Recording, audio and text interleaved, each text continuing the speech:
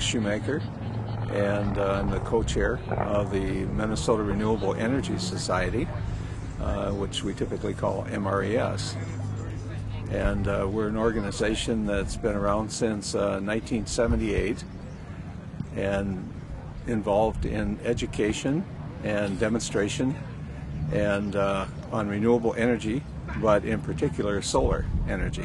With that, we typically are involved in passive solar, which would be just hot air, solar for electricity, which is commonly called PV or photovoltaics, and then also solar thermal, which is heating up water or glycol.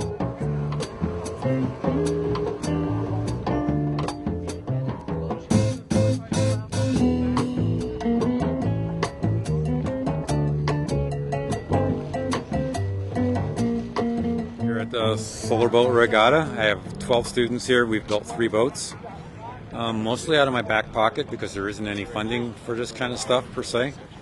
Long-term project for a year. We'll come in second day, third day of school. When are we going to start? And we work on it here and there. Every program I know exists because there's a lot of parent involvement. There's people showing up at school board meetings. A lot of people don't realize these opportunities are going on. And we're shrinking. There's a lot of programs that are being cut because of the increased requirements for other school programs to exist. That means something has to go, because when the budget's fixed, and if something goes wrong, we all have to pay for it.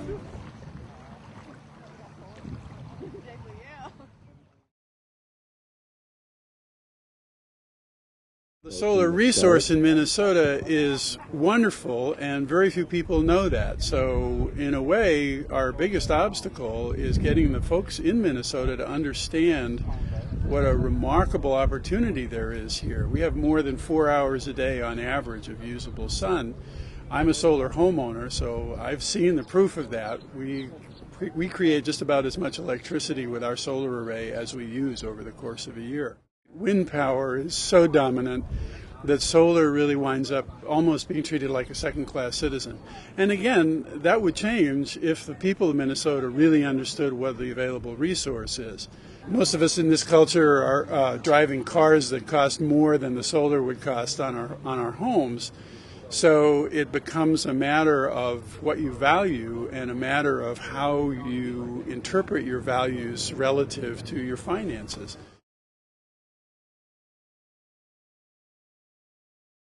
The most recent study I've read says that coal would cost us 52 cents a kilowatt hour. Today, we're being billed for, on the average, I think 5 to 6 cents. Another dimension to this is the job creation aspect of it. Solar in that respect has sort of a very people orientation, sort of democratic. The money stays where people consume it. And part of what we want to do here is create jobs here. I have no doubt in 10 years, in 20 years, we will have solar deployed to its maximum capacity in a level playing field, and we will all gain as a society things that cannot be measured.